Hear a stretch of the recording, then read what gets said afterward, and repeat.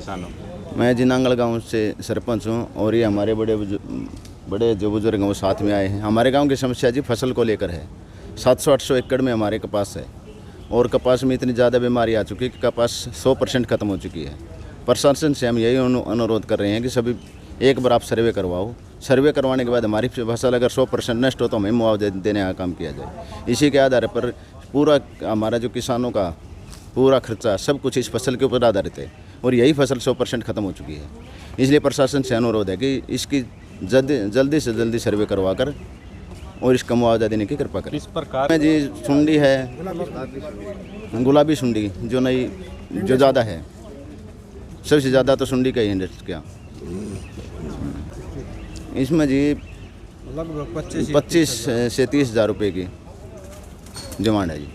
कपास में ज़्यादा कीड़ा है जी। गांव नांगल से आए हैं, राजमल मेरा नाम है जी। और उसमें कीड़ा इतना है, कपास की फसल जमा बर्बाद हो चुकी है जी। कम से कम 800-700 एकड़ में कपास है। उसके मुआवजे की मांग के लिए आए जी। हमारे को मुआवजा दिवाया जाए कम से कम 35-40 हज़ार रुपये। तो कितने लगभग आपका खर्चा हुआ है? अब कितना नुकसान आपको होता लग रहा है? नुकसान 80-90% नुकसान हो रहा है जी। खर्चा ज़्यादा लगे हुआ है जी इसमें और 90% नुकसान है जी इसमें।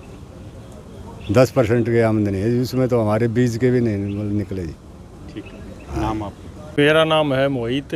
गांव नांगल से हम किसान साथी सारे यहाँ आए हैं कि कपास के नुकसान के बारे में बताने के लिए हमने यहाँ डीसी साहब को ज्ञापन सौंपा है।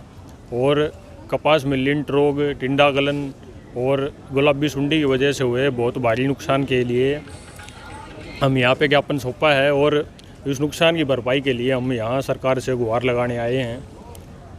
कितने क्षेत्र में, कितने गांव में? कम से कम 800 एकड़ में जो फसल है वो पूरी बर्बाद हो चुकी है।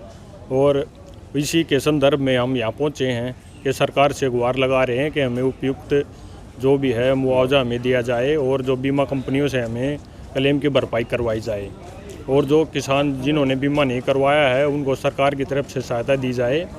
और भारी नुकसान की वजह से किसान अब की बार बहुत ज़्यादा लॉस हुआ है।